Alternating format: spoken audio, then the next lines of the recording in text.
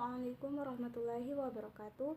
Nama saya Vira Sutira Damulawan, saya dari kelas 2A Pendidikan Bahasa Arab. Nah, di sini saya akan mempresentasikan materi dari mata kuliah Psikologi Pendidikan. Nah, materi pertama yaitu mengenai pentingnya psikologi dalam pendidikan. Pengertian psikologi dapat diartikan sebagai suatu ilmu yang mempelajari tentang perilaku individu dalam berinteraksi dengan lingkungannya. Sedangkan pendidikan adalah proses perubahan sikap dan tingkah laku atau kelompok orang dalam usaha mencerdaskan manusia melalui usaha pengajaran dan pelatihan. Jadi, pengertian psikologi pendidikan adalah ilmu yang mempelajari tentang perilaku studi sistematis tentang proses-proses dan faktor-faktor yang berhubungan dengan pendidikan manusia yang tujuannya mengembangkan dan meningkatkan keefisienan di dalam pendidikan. Pentingnya psikologi dalam pendidikan karena pendidikan sebagai suatu proses perubahan tingkah laku sekaligus juga proses interaksi antara peserta didik dan pendidik dalam suatu lingkungan tertentu. Senantiasa tidak bisa dipisahkan dari psikologi karena memang objek dari pendidikan itu sendiri adalah individu manusia yang memiliki perilaku, karakteristik dan kemampuan yang berbeda satu sama lain.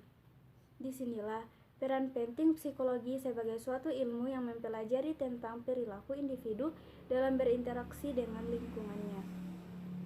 Nah, materi yang kedua yaitu mengenai sifat dan hakikat kejiwaan. Pada dasarnya, sifat manusia dibedakan menjadi dua aspek, yakni aspek kemampuan atau ability dan aspek kepribadian atau personality. Aspek kemampuan meliputi prestasi belajar, intelijensi, dan bakat. Sedangkan kepribadian meliputi watak, sifat, penyesuaian diri, minat, emosi, sikap, dan motivasi. Gagasan tersebut memberikan gambaran tentang apa yang dipikirkan, dirasakan, dan diperbuat yang terungkap oleh perilaku. Hakikat kejiwaan manusia terwujud dengan adanya kekuatan-kekuatan serta aktivitas-aktivitas kejiwaan dalam diri manusia yang semua itu menghasilkan tingkah laku yang lebih sempurna daripada makhluk-makhluk lain.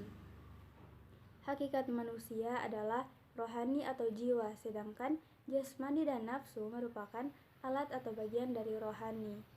Sifat dan hakikat manusia merupakan ciri khas yang secara prinsip membedakan antara manusia dan hewan. Nah, materi yang ketiga yaitu mengenai pertumbuhan dan perkembangan.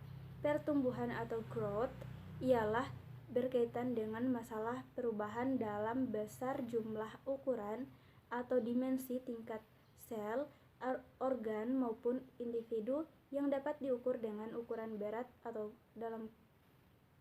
gram, pound, ukuran panjang atau sentimeter, inci, umur tulang, dan keseimbangan metabolis. Nah, sedangkan perkembangan atau development adalah bertambahnya kemampuan skill dalam struktur dan fungsi tubuh yang lebih kompleks dalam pola yang teratur dan dapat diramalkan sebagai hasil proses pematangan. Yang keempat yaitu mengenai hereditas. Hereditas atau pewarisan adalah pewarisan watak dari individu keturunannya baik secara biologis melalui gen atau secara sosial melalui pewarisan gelar atau status sosial. Nah, hereditas ini biasa disebut sebagai pewarisan sifat atau watak yang diambil dari induk atau dari status sosial manusia tersebut. Nah, materi yang kelima mengenai lingkungan. Psikologi lingkungan merupakan ilmu perilaku yang berkaitan dengan lingkungan fisik. Faktor-faktor lingkungan yang bisa mempengaruhi psikologi diantaranya kondisi geografis, pola pergaulan, pola asuh dalam keluarga, cara mendidik dalam keluarga, hubungan dengan orang lain, proses komunikasi, stres lingkungan, aturan dalam lingkungan, kebiasaan dalam lingkungan, kebudayaan, keanekaragaman dalam lingkungan, proses adaptasi, interaksi dalam lingkungan. Nah, yang materi yang keenam mengenai tinjauan teoritis tentang belajar. Pertama, teori belajar menurut psikologi behavioristik. Behavioristik berpendapat bahwa tingkah laku manusia itu dikendalikan oleh ganjaran atau reward, atau penguatan atau reinforcement dari lingkungan. Nah, teori yang kedua menurut psikologi kognitif.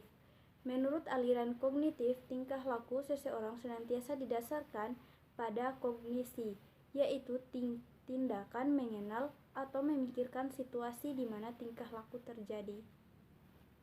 Nah, terakhir teori belajar menurut psikologi humanistik.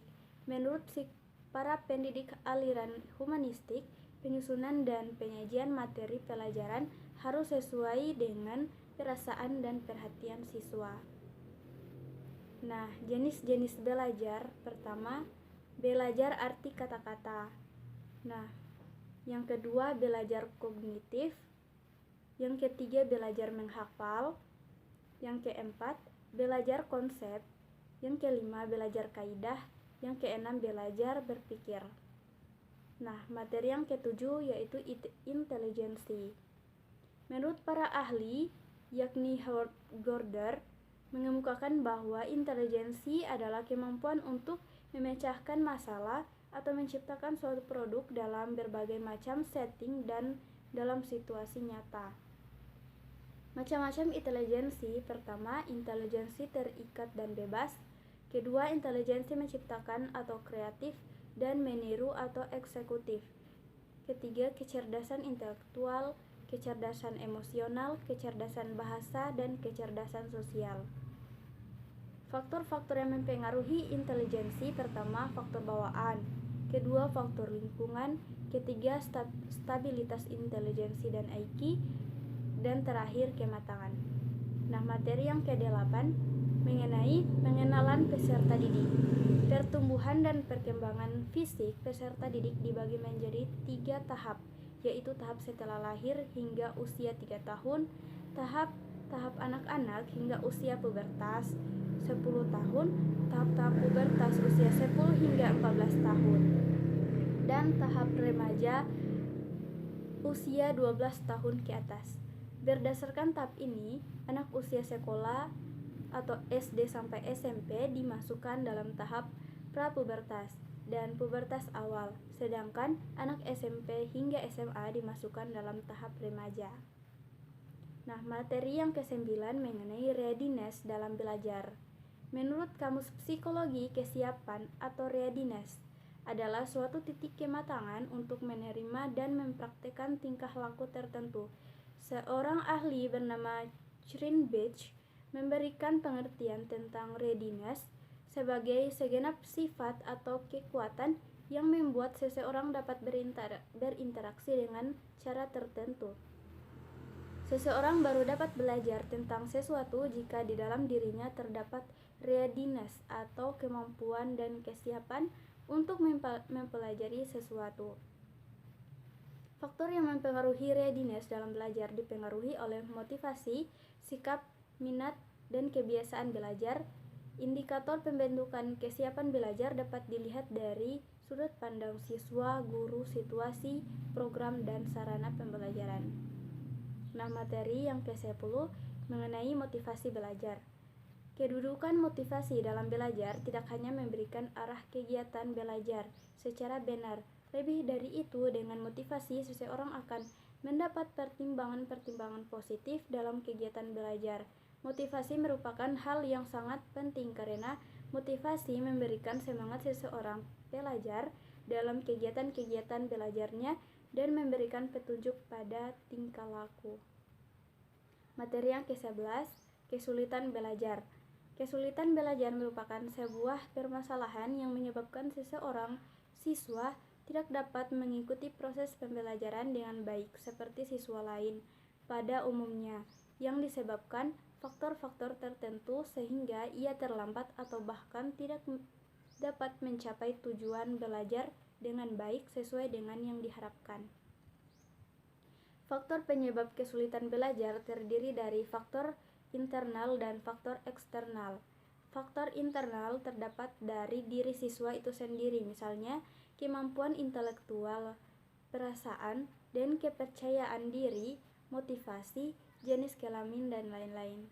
Sedangkan faktor eksternal terdapat dari luar diri siswa, misalnya guru, kualitas pembelajaran, instrumen, dan fasilitas pembelajaran, serta lingkungan sosial dan alam.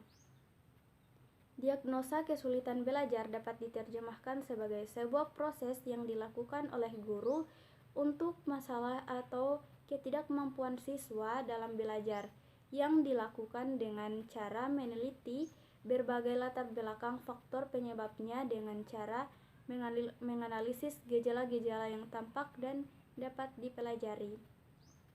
Intervensi atau pemecahan masalah kesulitan belajar dapat dilakukan dengan cara menganalisis hasil diagnosis, mengidentifikasi dan menentukan bidang kecakapan tertentu yang memerlukan perbaikan dan menyusun program perbaikan. Nah, materi yang ke-12 mengenai aplikasi psikologi belajar. Aplikasi psikologi belajar adalah cara untuk mengaplikasikan atau menerapkan suatu ilmu yang berisi teori-teori mengenai belajar tentang bagaimana cara individu belajar atau melakukan pembelajaran. Nah, terima kasih. Itulah materi dari saya. Wassalamualaikum warahmatullahi wabarakatuh.